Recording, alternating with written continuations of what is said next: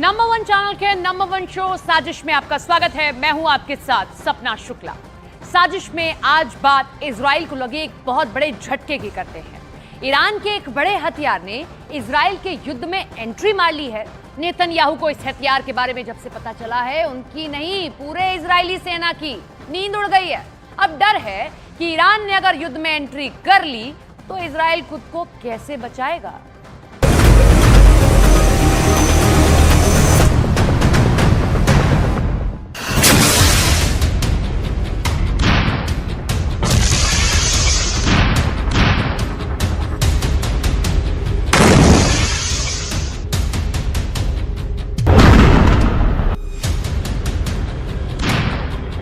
Israel को एक नहीं, दो नहीं, तीन नहीं, 10-20 नहीं, 100-200 नहीं, बल्कि 358 मौत देना चाहता है ईरान।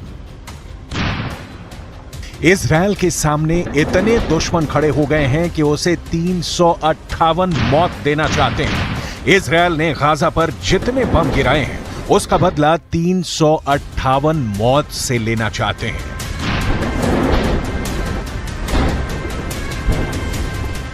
358 मौत के क्या मायने हैं? 358 मौत का खौफ कितना ज्यादा है, यह इस वक्त इजराइल के चारों तरफ यमराज बनकर मंडरा रहा है। यहां हिजबुल्लाह भी है, ईरान भी है, हूथी भी है और अब इराक का वो मिलिशिया भी है जिसने अमेरिका का जीना मुश्किल कर दिया है। आखिर 358 मौत है क्या और इजराइल क्यों इससे घबराया हुआ है?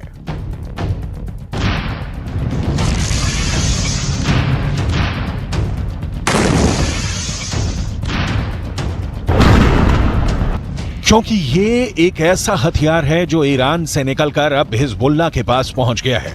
हूथी इसे लगातार फायर कर रहा है। 358 मौत की मिस्ट्री अब खुलकर सामने आ गई है। इसी मिसाइल से या कहें ड्रोन से हिजबुल्लाह ने इजराइल के बहुत बड़े सीक्रेट एजेंट को मार गिराया है। हिजबुल्लाह के महासचिव हसन नसरल्लाह ने कहा था कि वो इजराइल के खिलाफ उनका हर विकल्प तैयार है और इसी का हिस्सा है 358 मौत। ये है जमीन से आसमानी टारगेट्स को खत्म करने वाली 358 मिसाइल और ये बांट रही हैं 358 मौत। हिजबुल्लाह ने इसी मंडराने वाली मिसाइल से इजराइल के बहुत ही खास ड्रोन हरमेस को मार गिराया। हरमेस 450 इजराइल का बहुत ही भरोसेमंद ड्रोन है जिससे एंटी टैंक मिसाइल फायर की जाती है।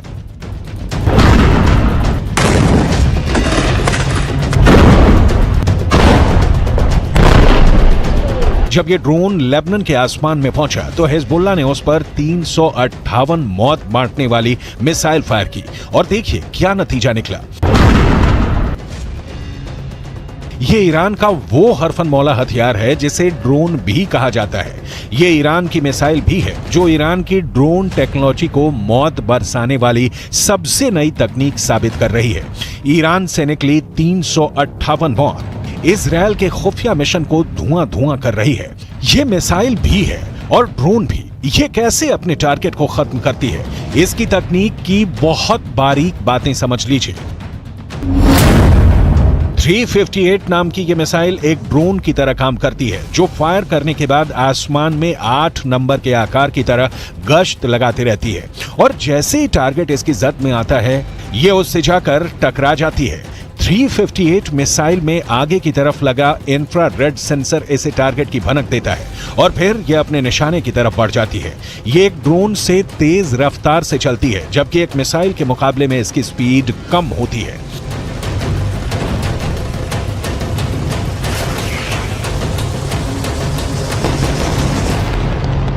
अमेरिका से लेकर यूरोप तक इसी मिसाइल की बात कर रहा है। इजराइल में भी यही मिसाइल चर्चा में है। हिजबुल्लाह ने जब से इजराइल का ड्रोन मार गिराया है तब से लेबनान के आसमान में चिंगारी की नई शुरुआत हुई है जो इस जंग के दायरे को और बढ़ा सकती है।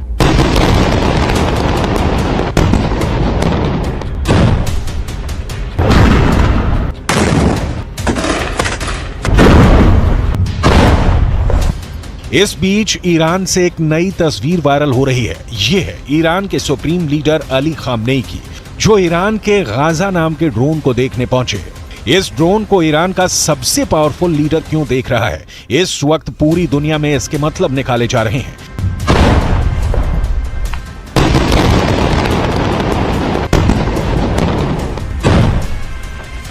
ईरान ने गाजा नाम का जो ड्रोन बनाया है, ये 2000 किलोमीटर के दायरे में ऑपरेट कर सकता है। ये 35 घंटे तक 350 किलोमीटर प्रति घंटे की रफ्तार से उड़ान भर सकता है, 35,000 फीट की ऊंचाई तक उड़ सकता है और सबसे खतरनाक बात, ये 13 मिसाइल लेकर उड़ सकता है। ठीक ऐसे ही अपने हथियार ईरान ने रूस को भी दिखाए थे जब 19 सितंबर को रूस के रक्षा मंत्री सर्गेई शोइगु ने ईरान का दौरा किया था। यह दौरा बहुत सीक्रेट रखा गया। हालांकि जो तस्वीरें सामने आई उसमें यह साफ हो गया कि सर्गेई शोइगु ईरान की खास मिसाइल देखने तेहरान आए। ईरान ने उनके सामने अपने एक एक हथियार की डिटेल रखी। इसमें ड्रोन भी थे और बैलिस्टिक मिसाइल भी, ठीक वैसे ही हथियार जो रूस को यूक्रेन में लड़ने के लिए चाहिए। ईरान के एरोस्पेस फोर्स के commander brigadier general Amir Ali Hajizadeh साथ थे और वो बता रहे थे कि रूस को क्या लेना चाहिए, किस हथियार से उनकी जरूरत पूरी हो सकती है। तब शोइगु ने 358 नाम के इस मिसाइल में बहुत दिलचस्पी दिखाई और ईरान के अफसरों ने भी बताया कि इस हथियार से वो यूक्रेन के ड्रोन और क्रूज मिसाइल को खत्म कर सकते हैं। Нацелены на реализацию всего комплекса запланированных мероприятий, несмотря на противодействие со стороны Соединенных Штатов Америки и западных союзников. ऐसा हथियार जिसमें पुतिन को भी दिलचस्पी है, वो बहुत बड़ा कहर बरपा सकता है, इसमें कोई शक नहीं। 358 की रेंज अब ईरान से लेकर यूक्रेन और यूक्रेन से लेकर इजराइल तक हो गई है। ये बात साफ है कि 358 मौत वाकई इजराइल में मौत बांटने के लिए तैयार की गई है।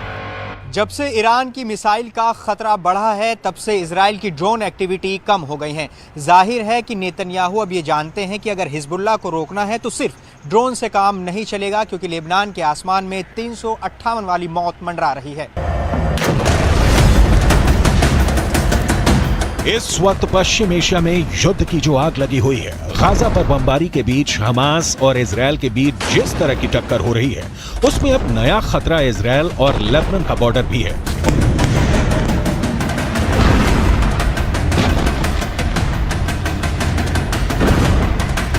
यहां भड़के शोले अब युद्ध की इस आग को 10 गुना भड़का सकते हैं और अब दुनिया में सिर्फ 4 लोग इसे कंट्रोल कर सकते हैं। पहले हैं इजराइल के प्रधानमंत्री बेंजामिन नेतन्याहू, दूसरे हैं ईरान के राष्ट्रपति इब्राहिम रईसी, तीसरे हैं अमेरिका के राष्ट्रपति जो बाइडेन और चौथे हैं यूरोप से लेकर अमेरिका तक सबको हिला देने वाले रूस के राष्ट्रपति व्लादिमीर पुतिन।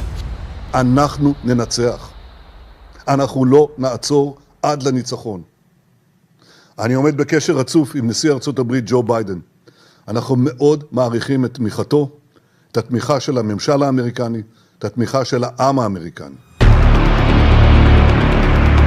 लेकिन इस वक्त सबसे ज्यादा एक्टिव ईरान है। ईरान ने हिजबुल्ला और यमन के हूथी विद्रोहियों तक इतने हथियार पहुंचा दिए हैं कि अगर इजराइल ने गाजा पर बमबारी नहीं रोकी तो हिजबुल्ला और हूथी दोनों इजराइल पर बम बनकर फट सकते हैं। ये बात नेतन्याहू भी जानते हैं।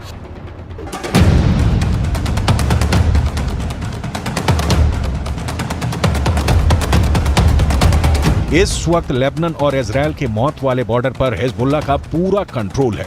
हिजबुल्ला अब ऐसी मिसाइल फायर कर रहा है जिसके आगे इजराइल के टैंक तोप रगड़ते हुए नजर आ रहे हैं। हिजबुल्ला ने निकाली है 3 बहुत ही खतरनाक एंटी टैंक मिसाइल और मल्टी बैरल रॉकेट लॉन्चर। ये मिसाइल ईरान से सप्लाई की जाती रही हैं और ऐसी मिसाइलों का हिजबुल्ला के पास बहुत बड़ा जखीरा है।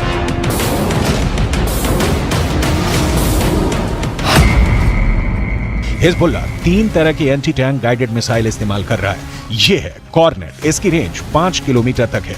ये रूस की मिसाइल है, लेकिन अब ईरान इसका देसी वर्जन देहलाविया तैयार कर चुका है और ऐसी बहुत सी मिसाइल अब हिजबुल्ला के पास है। दूसरी है BGM-71 टो anti tank guided missile, range है 3.5 किलोमीटर। ये अमेरिका में बनी मिसाइल है, लेकिन अब इसकी नकल ईरान तैयार कर रहा है और उसने हिजबुल्ला को सप्लाई की है। तीसरी है 85 कॉन्कॉर्ड्स, रेंज 4 किलोमीटर। ये भी रूस ने बनाई है और अब ईरान में ये तोसान नाम से तैयार की जाती है। तीनों मिसाइल बहुत ही घातक हैं और जिस तरह से इन्होंने इजरायल के अड्डे उड़ाए हैं उससे ये बात साबित हो जाती है हिजबुल्ला का दावा कि उसका हर हमला इजरायल को मुंहतोड़ जवाब है।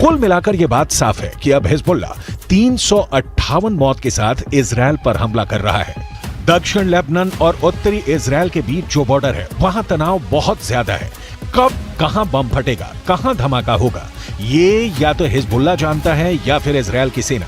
वैसे यहां के लोगों को भी पता है कि बहुत जल्दी युद्ध का एपिसेंटर गाजा से निकलकर लेबनान तक पहुंच सकता है। यहां तैनात संयुक्त राष्ट्र की सेनाएं भी अलर्ट मोड पर हैं। लगातार पेट्रोलिंग हो रही है। תקפנו מטרות רבות של חיזבאללה, חיסלנו מחבלים רבים, ואני שב ואומר, אם חיזבאללה יבחר להיכנס